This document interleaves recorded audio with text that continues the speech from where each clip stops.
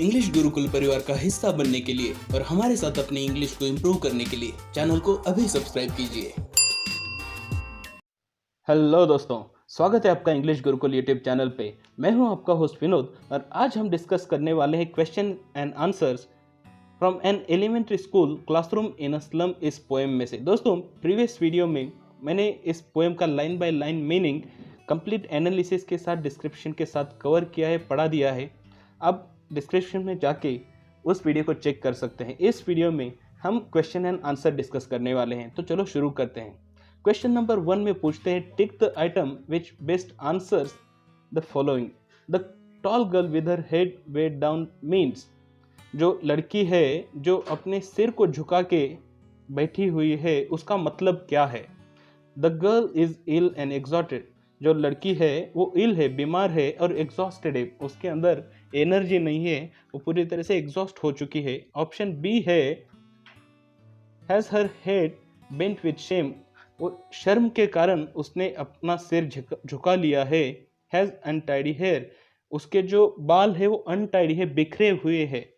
तो मेरे ख्याल से इसका जो सबसे अच्छा आंसर रहेगा वो रहेगा option A, is ill and exhausted. दोस्तों, जैसे कि मैंने कहा था, जो लड़की है उसने अपना सिर झुका लिया है, तो उसको आप अलग अलग तरह से इंटरप्रेट कर सकते हो। सबसे पहली बात तो वेट डाउन इस वर्ड का मतलब होता है आपको वरी होना, किसी चीज़ की चिंता होना। साथ ही साथ फिजिकली जब आप किसी व्यक्ति को अपना सिर झुकाए ऐसे बैठे हुए देखते हैं, तो आप उसमें एनर्जी की कमी महसूस करते हो, यानी कि वो एग्जॉस्टेड है या फिर बीमार है।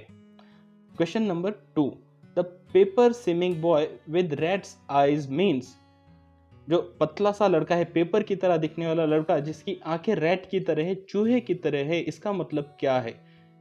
The boy is option A, sly and secretive. Option B, thin hungry and weak. Third, unpleasant looking. मेरे हिसाब से इसका सही आंसर रहेगा option B, thin hungry and week.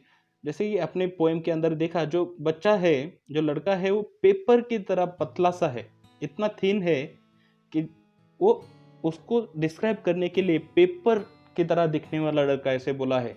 साथ ही साथ और चूहे की तरह दिखता है, और उसकी जो आंखें हैं वो छोटी छोटी सी है। वो क्यों? क्योंकि वीक है, कमज़ोर जब कोई होता है तो उसकी आंखें आपको छोटी छोटी सी दिखने लगती है, और कमज़ोर होने का एक रीज़न हंग्री हो सकता है, तो इसीलिए ऑप्शन बी सही रहेगा। तीसरा, the stunted unlucky heir of twisted bones means the boy has inherited disability, what short and bony. तो इसका सबसे अच्छा आंसर रहेगा option number A, has inherited disability. दोस्तों, हमने पोएम में पढ़ा था कि एक लड़का है जो स्टंटेड है, जो बौना सा है, और वो अनलकी हायर है, उसके पिताजी को भी ट्विस्टेड बोन्स की बीमारी है जो उसे मिली है। हायर होने का मतलब होता है आपके पिता से आपको कोई चीज़ मिलना, तो उसे वो बीमारी मिली है, इनहेरिट की है उसने डिसेबिलिटी को। तो ऑप्शन नंबर 1 सही रहेगा। D, his eyes live in a dream a squirrels game in the tree room other than this means, एक छोटा सा लड़का जो क्लासरूम के आखिर में बैठा है, वो प्यारा सा बच्चा है, स्वीट सा लड़का है, और उसकी जो आंखें हैं वो ड्रीम्स में है, वो सपने देखने वाली उसकी आंखें हैं, और वो स्क्विरल्स गेम, जो गिलहरी होती है उनका गेम, उनका खेल वो इमेजिन कर रहा है, और ट्री रूम के अंदर एक गिलहरी का खेल वो देख रहा है, लेकिन वो जो रूम है वो ये रूम नहीं है बल्कि कोई और रूम है। तो ये क्या दर्शाता है? ये दर्शाता है the boy is full of hope in the future. Option B, mentally ill. Option 3, distracted from the lesson. तो ये दर्शाता है, एक सिंबल है कि ये जो बच्चा है उसके दिल में सपने हैं, तो वो दर्शाता है कि उसके अंदर आशा है, होप है, वो होपफुल फॉर फ्यूचर है, उसे अपने भविष्य के प्रति आशावाद है। पांचवा question, the children's faces are compared to rootless weeds. इसका मतलब क्या हुआ? रूटलेस वीड्स, जैसे आपको पता है जो वीड्स होते हैं उनको अपसाइड डाउन रख दोगे तो जैसे लगोगे, ठीक उसी तरह से इन बच्चों के चेहरे दिख रहे। इसका मतलब क्या है? This means they are insecure. Option 2, they are ill fed are wasters. तो मेरे ख्याल से इसका आंसर रहेगा दे आर इल फेड, उन्हें खाने पीने के लिए अच्छी चीज़ें नहीं मिलती है, इस वजह से वो रूटलेस वीड्स की तरह दिखते हैं। Question number 2, what do you think is the color of the sour cream? Why do you think the poet has used this expression to describe the classroom walls? दोस्तों ये बहुत ही इंटरेस्टिंग क्वेश्चन है, जिसके अंदर जैसे कि हमने पोएम में भी डिस्क्राइब किया था कि जानबूझकर सावर क्रीम इस तरह का कलर पोएट ने यहाँ पे डिस्क्राइब किया है, ये बताने के लिए कि उनकी दीवारें कैसी दिखती है। तो सावर क्रीम, पहले तो क्रीम का मतलब होता है मक्खन, मक्खन जो कि हेल्थ के लिए अच्छी चीज़ है, या फिर आप कह सकते हो रिच लोग जो होते हैं वो क्रीम मक्खन ऐसी चीज़ें अफोर्ड कर सकते हैं। लेकिन सावर क्रीम गंदा या फिर खराब हो चुका है इस तरह की मक्खन, तो ये किस तरह का कलर हो सकता है? ये कलर जब आप इमेजिन करोगे तो आपको दिखेगा कुछ सफ़ेद सा कलर, लेकिन जो कि गंदा हो चुका है, मैला हो चुका है। जब आप देखते हो किसी दीवार के ऊपर जब बारिश के दिनों में पानी रिसते हुए नीचे आता है तो वो किस तरह से गंदी सी दीवार लगती है, कुछ उस तरह की दीवार आप इमेजिन कर सकते हो। तो यहाँ पे वो पूछते कि क्यों, व्हाई, क्यों इस तरह का एक्सप्रेशन पोएट ने यूज़ किया है? तो इसका रीज़न ये है कि वो जताना चाहते हैं कि वहाँ पे जो बेसिक एलिमेंट्री सुविधाएं हैं, जो सरल सी इम्पोर्टेंट सुविधाएं हैं, वो भी उन्हें नहीं मिलती है। और साथ ही साथ जो वॉल्स है, जो दीवारें हैं, वो अगर अच्छे रखरखाव में होगी तो वो दर्शाता है कि इस तरह की अच्छी सुविधाएं या फिर उनका जो स्टैंडर्ड ऑफ एजुकेशन है वो किस तरह का हो सकता है। लेकिन जो बेसिक सी चीज़ें हैं इसके ऊपर भी कोई ध्यान नहीं देता है। जबकि जब भी कोई व्यक्ति क्लासरूम के अंदर आएगा तो सबसे पहली चीज़ वो देखेगा वो है क्लासरूम का दीवार, क्लासरूम की दीवार, लेकिन वो इतनी गंदी है फिर भी कोई उसके ऊपर ध्यान नहीं दे रहा है। Question number 3, the walls of the classroom are decorated with the pictures of Shakespeare, buildings with domes, world maps, and beautiful valleys. How do these contrast with the world of these children?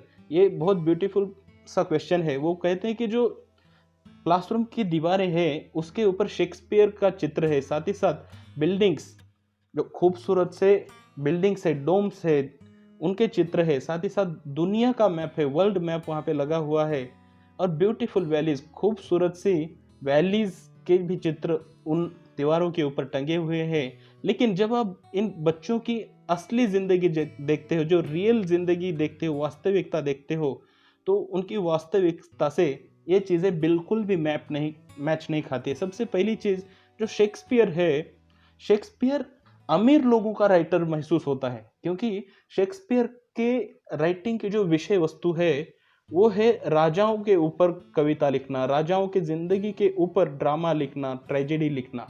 लेकिन इन बच्चों की ज़िंदगी में धन दौलत, संपत्ति या ऐसी चीज़ें जो पैसों के साथ खरीदी जाती है, उन चीज़ों का इन बच्चों की ज़िंदगी में कुछ प्रेजेंस ही नहीं है, कुछ अवेलेबिलिटी नहीं है। इतनी गरीबी इन बच्चों की ज़िंदगी में है, तो ऐसे लगता है जैसे शेक्सपियर उनकी ज़िंदगी से बिल्कुल ताल्लुकात नहीं रखता, बल्कि ऐसे लगता है कि जानबूझ के इन बच्चों को चिढ़ाने के लिए शेक्सपियर वहाँ पे लगाया गया है। बिल्डिंग्स ऑफ डोम्स, खूबसूरत सी बिल्डिंग जिनके ऊपर कुछ इस तरह से डोम्स है, गोल घुमज है। दोस्तों ये बच्चे गंदी सी स्लम्स में रहते हैं। उनके जो घर है उनको डिस्क्राइब करते वक्त पोएट कहते हैं कि वो किसी होल्स की तरह लगते हैं, जैसे चूहे बिल में रहते हैं उस होल्स की तरह वो लगते हैं, जो कि पूरी तरह से भर चुके हैं, जहाँ पे रहने के लिए इनसफिशिएंट जगह है। एक तो वो जगह गंदी है, ऊपर से उसमें रहने वाले लोग भी ज़्यादा है। ऐसी जगह पे ये बच्चे रहते हैं और आप उन्हें खूबसूरत की बिल्डिंग्स के चित्र दिखा रहे हो, तो इसका मतलब क्या हुआ? आप उनका मजाक उड़ा रहे हो। तीसरा जो वर्ल्ड मैप है, इन बच्चों की जिंदगी उस गंदे से स्लम तक ही सिमट कर रह गई है। इनकी ज़िंदगी में आगे जाने का कोई मौका ही नहीं है। आप उनको एजुकेशन इस तरह का दे रहे हो कि जिसमें बेसिक सी चीज़ें भी अवेलेबल नहीं है, तो ये जाहिर सी बात है कि ये बच्चे अपनी ज़िंदगी में आगे नहीं जा सकते। दुनिया ये बच्चे कभी छू नहीं सकते। इनकी जो दुनिया है वो उस स्लम तक ही सिमट कर रह जाएगी। ऐसे केस में पूरी दुनिया का नक्शा दिखाने की कोई ज़रूरत ही नहीं, इसका उनकी ज़िंदगी में कोई इस्तेमाल ही नहीं है, उपयोग ही नहीं है। साथ ही ब्यूटीफुल वैलीज़, जैसे कि मैंने कहा, जो गंदी बस्तियां हैं उससे कम्प्लीटली कॉन्ट्रास्ट आपको महसूस होता है जब आप ब्यूटीफुल वैलीज़ का पिक्चर देखते हो। जो स्लम्स है उनका वर्णन ही बहुत गंदा किया जाता है। जब इनफैक्ट जो स्लम्स होते हैं उनके लिए सिनोनिम आप गंदी बस्ती ऐसा इस्तेमाल करते हो। तो जब आप खूबसूरत सी वादियों का चित्र उन्हें दिखा रहे हो तो जाहिर सी बात है आप उन्हें बुरा महसूस कराना चाहते हो या फिर आप बहुत ही इनसेंसिटिव हो। तो ये कुछ चीज़ें हैं जिसकी वजह से जो पोएट है वो कहते हैं कि शेक्सपियर एक बुरा इंसान है, साथ ही साथ जो वर्ल्ड मैप है वो एक बुरा एग्जाम्पल है इन बच्चों को दिखाने के लिए। Question number 4, what does the poet want for the children of the slums, how can their lives be made to change. अब यहाँ पे वो कह रहे कि पोएट आखिर स्लम्स में रहने वाले बच्चों के लिए क्या चाहते हैं। तो इसका बहुत ही ब्यूटीफुल सा आंसर है जो कि आपको इस पोएम के आखिर के 2-3 लाइन्स में मिलेगा। पोएट कहते हैं कि इन बच्चों की जो जुबान है, जो उनकी जीभ है, टंग है, रन नेकेड इनटू बुक्स, वो चाहते हैं कि उन्हें बुक्स मिले, उन्हें उनकी टंग्स के ऊपर कोई कंट्रोल ना हो। रन नेकेड इस तरह का वो इस्तेमाल कर रहे हैं ताकि उन्हें पता है कि उन्हें अगर एजुकेशन अच्छा मिलेगा तो उन्हें भविष्य की जो संभावनाएं है बढ़ जाएंगी। और वो कहते हैं वाइट एंड ग्रीन लीव्स, वो कह रहे हैं कि उनकी ज़िंदगी में ग्रीन लीव्स हो, नेचर हो, खूबसूरती हो, और वाइट लीव्स कहते हैं एजुकेशन हो। तो इस क्वेश्चन का सिंपल सा जो आंसर हुआ वो ये हुआ कि पोएट चाहते हैं कि ये जो बच्चे हैं इनकी ज़िंदगी में खूबसूरती हो, बेसिक सुख सुविधाएं उनको मिले और साथ ही साथ उनकी ज़िंदगी में एजुकेशन अच्छा मिले ताकि ये बच्चे भी कल को जाके एक खूबसूरत ज़िंदगी खुद के लिए निर्माण कर सके। How can their lives be made to change. तो इसका आंसर यही है कि इन बच्चों की अगर ज़िंदगी चेंज करनी है तो उन्हें जो एलिमेंट्री स्कूल्स है या एलिमेंट्री रिक्वायरमेंट्स है, बेसिक रिक्वायरमेंट्स है एजुकेशन से रिलेटेड, उन्हें अच्छे से प्रोवाइड करना और अच्छा क्वालिटी एजुकेशन देना ये बहुत ज़रूरी है। ऐसा करने से ये जो बच्चे हैं इनकी ज़िंदगी चेंज हो सकती है।